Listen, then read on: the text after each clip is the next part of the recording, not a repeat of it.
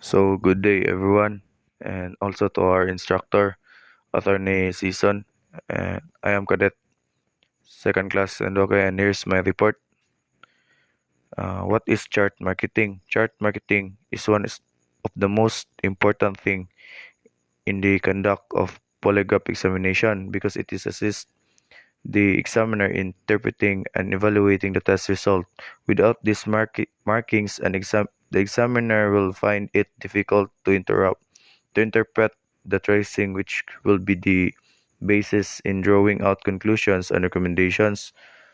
To facilitate evaluations and interpretations of the test result, markings are made using signs and symbols to enable the examiner determine the following.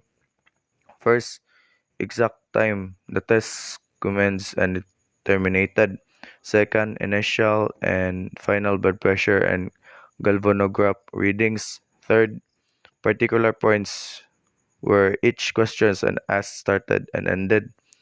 Fourth, corresponding identification of the question and the type of time of answer given by the subject. Fifth, duration and amplitude of reaction pattern. Sixth, any instruction given or repetition of the question made. Seventh, any movement, cough, tracing by the suspect or outside prediction that occurred. Eighth, mechanical adjustment or readjustment made. Ninth, extraneous factors affecting test chart such as paper jams. 11, time interval between questions. And last, chart number, name of the subject, time, date, and place taken. So, what are the signs and symbols commonly used in chart marking? So, here's the first. X60 1.1a is the first marking on the chart. Second is the XX/60/1.5a. Examiners mark after the test. X is for start of the test and XX is end of the test. 60 is of mercury shown spymamometer dial. So A or M, automatic or manual galvo amplifier. So II is use point where each question begins and ends, called stimulus mark. So positive symbol is yes, answer to the question. The negative is no answer to the question. A is for adjustment. T is for subject talk instead of answering with single yes or no. R is for request for repetition of question. C is for cough. N is for noise. S is for sign or moan. PJ is for paper jam. SN is for sniff. BI is breathing instruction. OS is outside stimulus cause change of tracing. M movement of movements. MI is movement instruction. L is for laugh. B is for used for significant bleach. C positive is increase of galvo sensitivity, while C negative is decrease of the galvo sensitivity. Y is for yawn. IS is for ink stop, and CT is for cleared throat. So that's all for the signs and symbols commonly used in the chart marking. So all of this is for a is part of these signs and symbols or commonly used in the chart marking. So for the next reporter is Cadet Second Class Salim, and that's all, attorney. What is polygraph chart paper or polygram?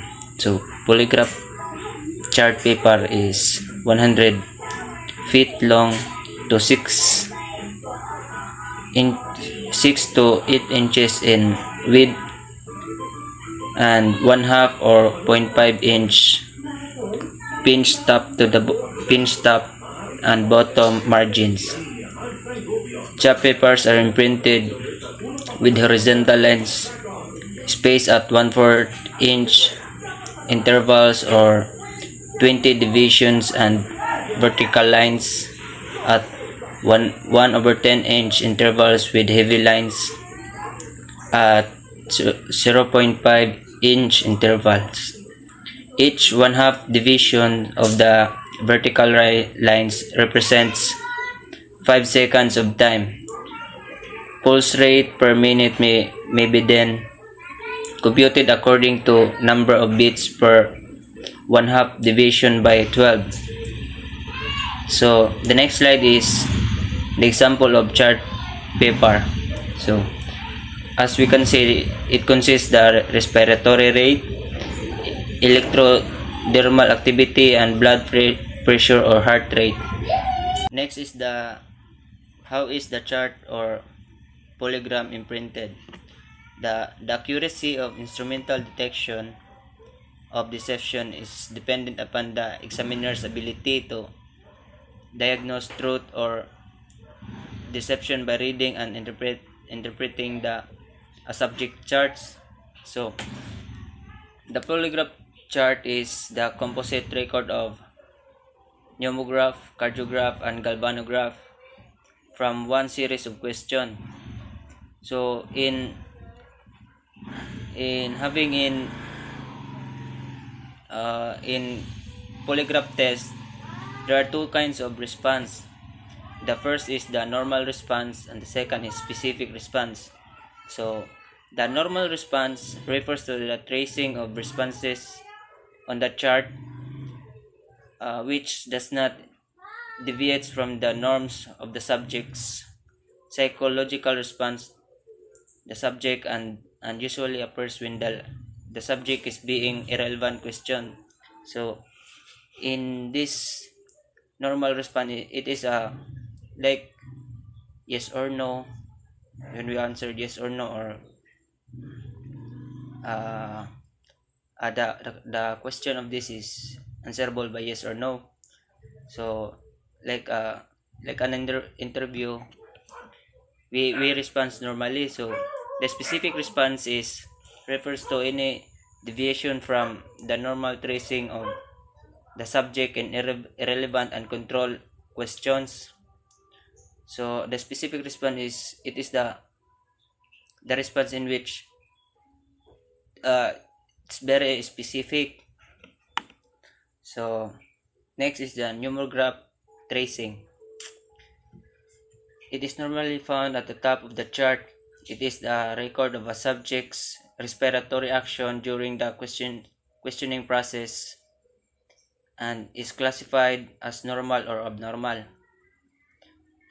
The pneumograph pattern consists of inhalation and exhalation strikes with a normal amplitude of from 1 to 1/2 to 3/4 inches. The normal cyclic rate is from 13 to 18 heartbeats per minute and may vary in reasons exceptional physical build condition or respiratory defects. So, the normal heartbeat of a person is 13 to 18 breaths per minute. It will only vary if the subject has a respiratory defect. The classification of abnormal is generally applied to the patterns that deviate from the norm established by the individual.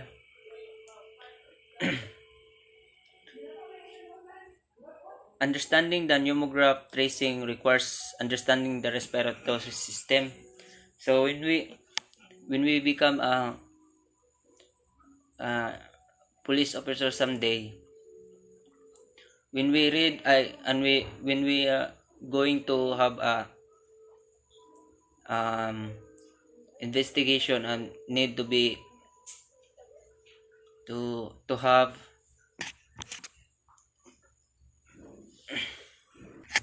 so when we conduct a polygraph test, as we the examiner, we should know the proper or the correct uh, the use of respiratory system. We should understand the respiratory system itself, and the respiratory system is responsible for taking of air into the lungs and also expelling carbon dioxide here and from the rest of our body. This system, like the nervous and circulatory, is equally important to lie detection. It is well known that we can live 40 days or uh, force without food. We can survive 3 days without water, but we die within minutes without oxygen.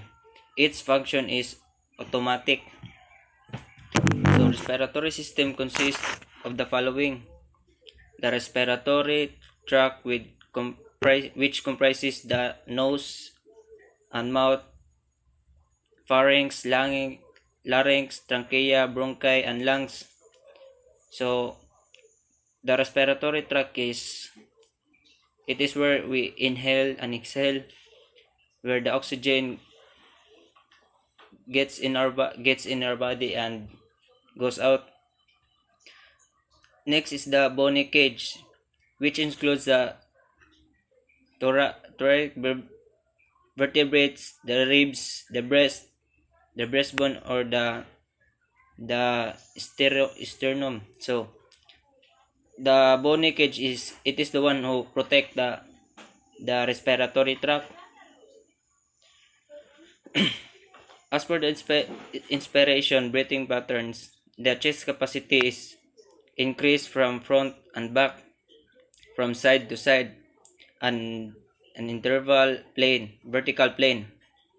That is the forward direction, the lateral direction, and the downward direction. Expiration is just the reverse of inspiration. The diaphragm and the intercostal muscle relax and the ribs fall back in place. The air is forced out of the lungs once chest capacity decreases. So the average breathing patterns are: in newborn, there are 50 to 70 cycles per minute. The children's pattern, 1 to 5 years old, 20 to 30 cycles per minute. And that's all my report for today. So, good day everyone, especially to our instructor, Attorney Season. My name is Anton Rick Sembrino, and our topic for today is about the galvanograph tracing. So, galvanograph tracing. It is normally located at the center position when properly balanced. It takes the form of a slightly wavering line across the middle portion of the chart with a minor response to a spoken stimuli. So, to further understand the galvanograph tracing, guys, it requires understanding about the skin. So, the skin is defined as the external covering of the body consisting essentially of the epidermis, dermis, and the corium.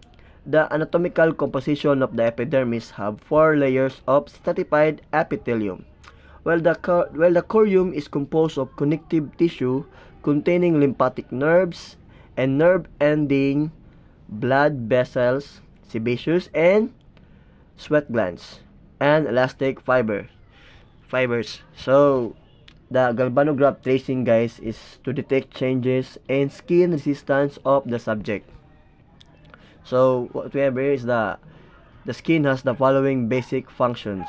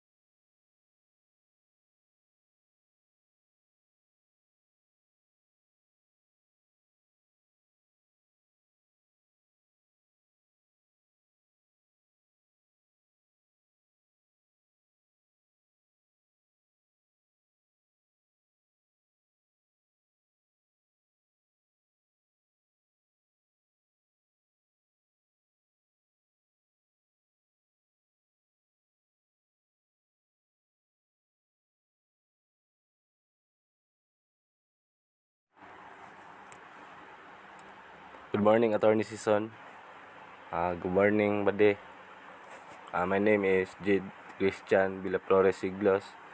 My report is sample illustration of a chart interpretation. General rules. There must be a specific response to be specific is most from a deviation from norm. 3 is most appear in at least two test chart. And 4, the best indication of deception in the simultaneous specific response in the tracing of the chart. 2. Normal non-deceptive respiratory patterns. A. Respiratory cycle 12 per minute altitude. B. Respiration cycle to 12 per minute altitude.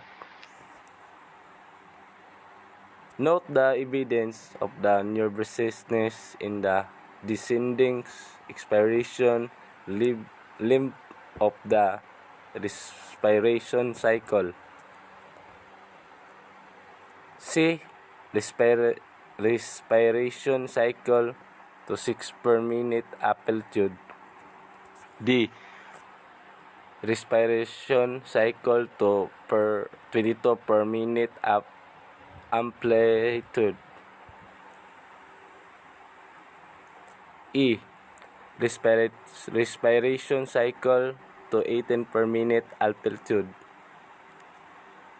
F. Respiration cycle to 12 per minute amplitude. G. Respiration cycle to 4 per minute amplitude. And the note evidence of nervous is respiration cycle to descending expiration of the cycle. To each respiration cycle to 20 per minute amplitude. The slightest rise in the baseline of the significance unless it should occur consistently, and the points were crucial tests to us and not other times during a test. For normal example, non-deceptive respiratory patterns is, for example, there should be a pattern is the respiration. It should be specific, relevant, and most especially accurate. You must see the pass of the limit before you conclude, and different of patterns. And let's discuss respiration of passes on specific. Move task number 3. Respiration deceptive response. Yung picture. For my examples, sa respiration deceptive response and respiration baseline rise risk is to we will discuss a pattern in adult is a normal breaths per minute is 12 to breaths per minute, but here he polygraph kit defines on the charts because most commonly the person in a nervous state is a chart, or as you see the picture in a polygraph that specific pattern in a normal minute. Next reporter, buddy.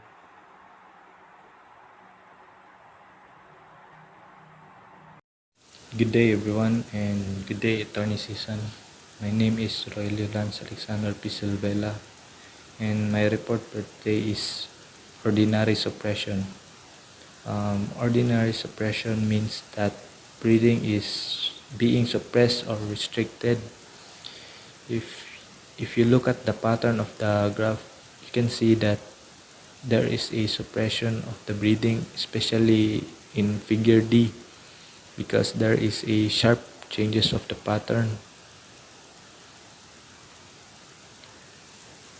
Next is respiration cycle change, slower, faster, or heavier breathing. The first row shows the slow breathing. The pattern is consistent, and curve indicates a relaxed breathing. And next is in the second row shows that faster breathing pattern is inconsistent. Kanang paspas kay siya, lugo siya masabtan mong inconsistent ni siya. And the third row shows the heavier breathing, though the pattern is consistent, but the curves are very sharp and almost clumped together, which indicate short and heavier breathing cycle. Next is post-deceptive respiration relief. As you can see in the chart that it shows that heavy breathing, slow breathing, which indicates a relaxed state or relief. And moving on sa erratic specific response, if you look at the start and middle and end part, the breathing is uneven or irregular in the pattern, which would indicate that are factors affecting the breathing cycle of the person. Gipakita ani nga chart nga changes sa ginhawa if ever mamakak ang tawo or wala ay kalit na changes sa normal niya nga pattern. So pwede siya nag-indicate na namakak ang subject. And next is normal non-deceptive blood pressure pulse patterns. These are the normal blood pressure pulse patterns. Muna siya yung normal lang blood pressure pulse patterns. And next is effect of improper cuff pressure on the blood pressure pulse tracing. Muna siya yung result sa kuan if dili tarongon pagkataod ang cuff sa tawo. Muna siya. And that's all. Thank you.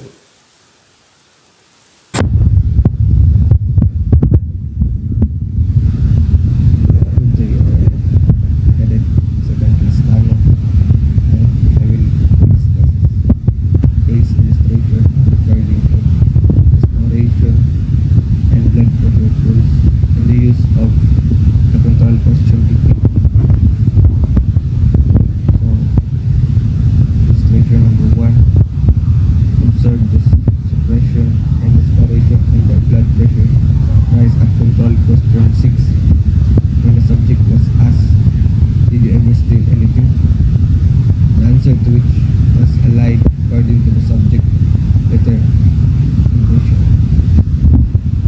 So let's proceed to illustration number 2. Illustration number 2. Observe the suppression and respiration and the increase in blood pressure at 6. Also note cyclical changes blood pressure from 3 to 6 and again after 7.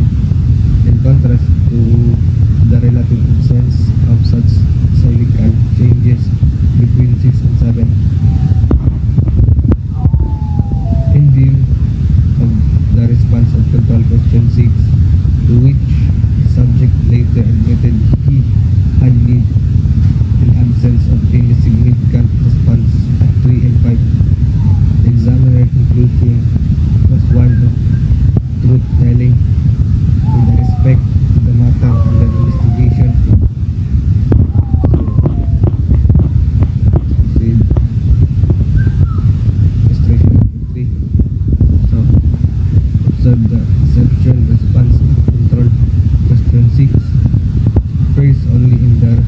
tracing is just as significant. The subject this case was the complainant and the forcible rape charge, and the polygraph examination was conducted at the request of the prosecuting attorney to determine whether her accusation against two young men was a truthful one. Question 4 and 7 were irrelevant. 3 and 5 subject asked whether she had consented to the act as alleged by the accused men. Her no answer did not produce any significant response, whereas 6, the control question, did. At 6, she asked whether she had had sexual intercourse with anyone prior to the date of the alleged rape. Her response clearly indicated that her no answer was lie, based upon the lack of any comparable response at 3 and 5. So, the examiner concluded that the rape accusation was a truthful one, although the examiner conclusion was not subject to verification. The prosecutor was nevertheless satisfied that he should proceed the prosecution without incurring a serious risk of convicting innocent person. Next is illustration number 4. The subject is, in this case, was suspected of stealing a considerable quantity of merchandise from his employer. There were no significant response when he was questioned about the stolen merchandise. And 3 and 5. But observe the very dramatic suppression is respiration when he said no. The control question 6. Did you ever steal anything?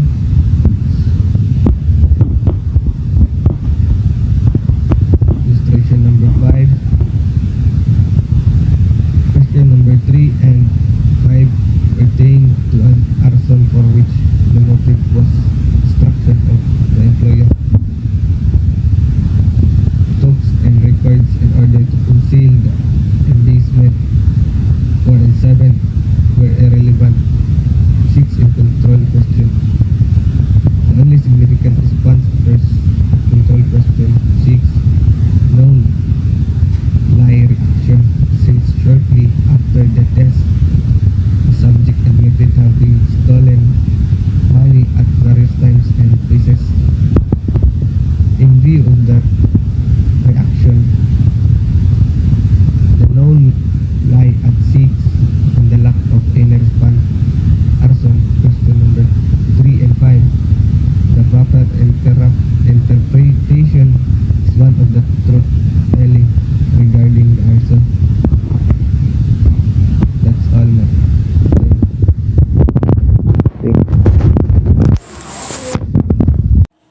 Good morning everyone, my name is Ryan Tebes. Today I will report the case illustrations of recording of respiration and blood pressure pulse in the use of the control question techniques. Illustration number 1. So in illustration number 1, observe the suppressions in respiration and blood pressure risk and control question number 6 when the subject was asked, did you ever steal anything? The answer to the was alive according to the subject later than submission. So there in this illustrations the subject of the crime was obviously lying. Illustration number 2. Observe the suppressions in respiration and increase in blood pressure at 6. Also note the critical changes in blood pressure from 3 to 6 and again after 7, and construct to the relative absences of such changes between 6 and 7 in view of the responses and control question 6, to which the subject later admitted he had lied and abscess of any significant response at 3 and 5. The examiner include was one of the truth-telling with a response to the matter under investigation. So in this illustration, the blood pressure of the the suspect was changes. So this basically the suspect was clearly lying and obsessed. So in question in the question number 6, the subject was later admitted he lied, so he is lying for this admission. Illustration number 3. Observe the deception response and controls. Question number 6 appears only in the respiration tracing. It is just as significant. The subject in this case was the complainant is a possible rape change, and the polygraph examination was conducted in the case of the prosecution attorney of determining whether he was decision against to the young when he was truthful one. Question friends 7 were the relevant, and 3 and 5 was the subject was asked where she had consented of the act and league by the women. In term answer did not produce significant responses, with whereas the control question she was asked whether she ever had a sexual intercourse with anyone prior to day of the alleged rape. Responses really indicated that here no answer was alive based on the finding lack of any variable responses at 3 of 6. So in this illustration, the suspect was committing a rape for a person 1. So their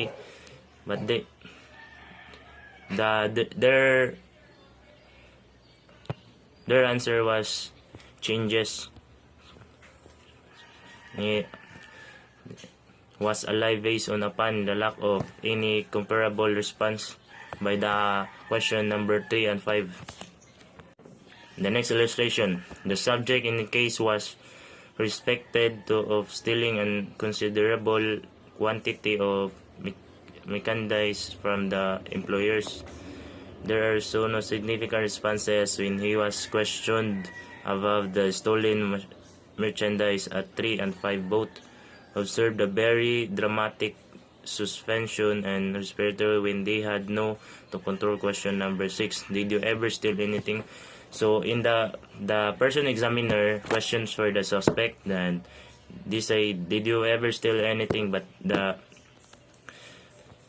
the suspect was stealing considerable quantity of the merchandise, but the suspect were not able in no significant responses, but the examiner know that the suspect was committed it. The last illustration, question 3 and 5 return to an arson for which the motive was destruction the employer book and records in the order to conceal the embezzlement. 4 and 5 were irrelevant. 6 is the control question. Do you ever steal? The examiner was questioned for the suspect.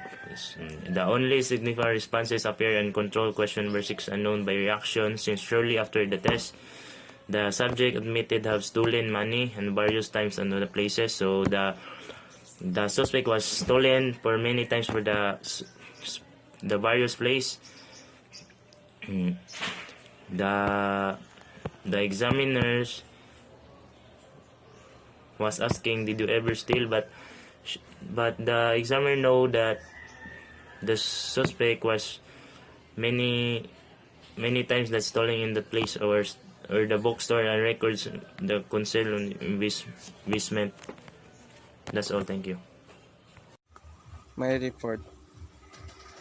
A truth-telling suspect. The top line is respiration and the second line is blood pressure. Question 4 and 7 were irrelevant and show the most reaction. So, question 4 and 7 is nag nagistorya siya o nagistorya din na siya yung mga action nga ipangbuhat sad para inon siyang para katuhuan siya dayong lying suspect. Question 4 was irrelevant and question 6 is so ang question 4 was ulay lapot, ulay kalibutan. Ang question 6 was a control question. So the later showing the most reaction, the relevant question 3 and 5 show the emotional tension in their most common form already increase and or decrease in the baseline. So nagpahayag siya pero sa nagyapon pang istorya sayo nagyapon tanan rag silbi katuhuan tanan ba. So next is a deliberately deceptive suspect.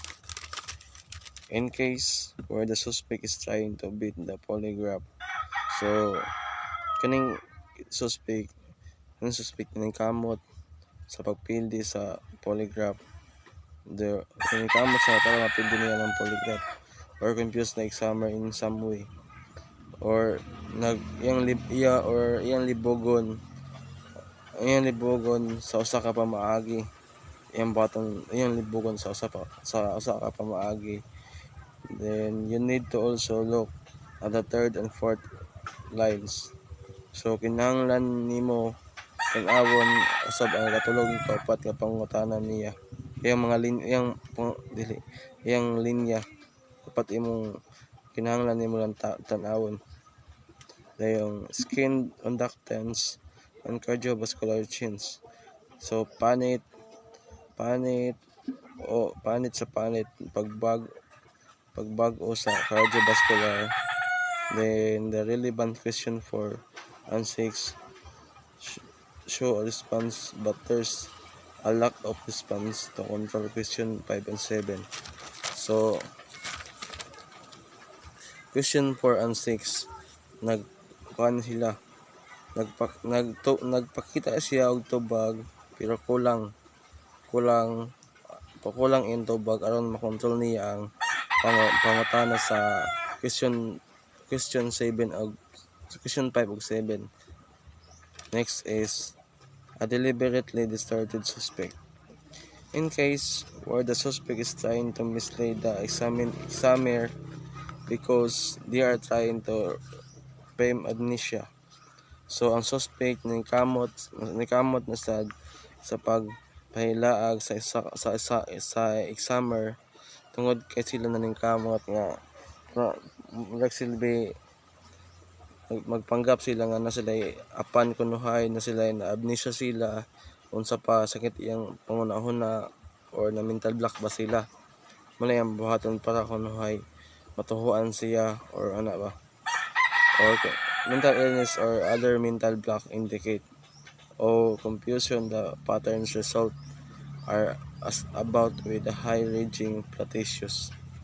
It is rare to get this kind of pattern from a truthful subject.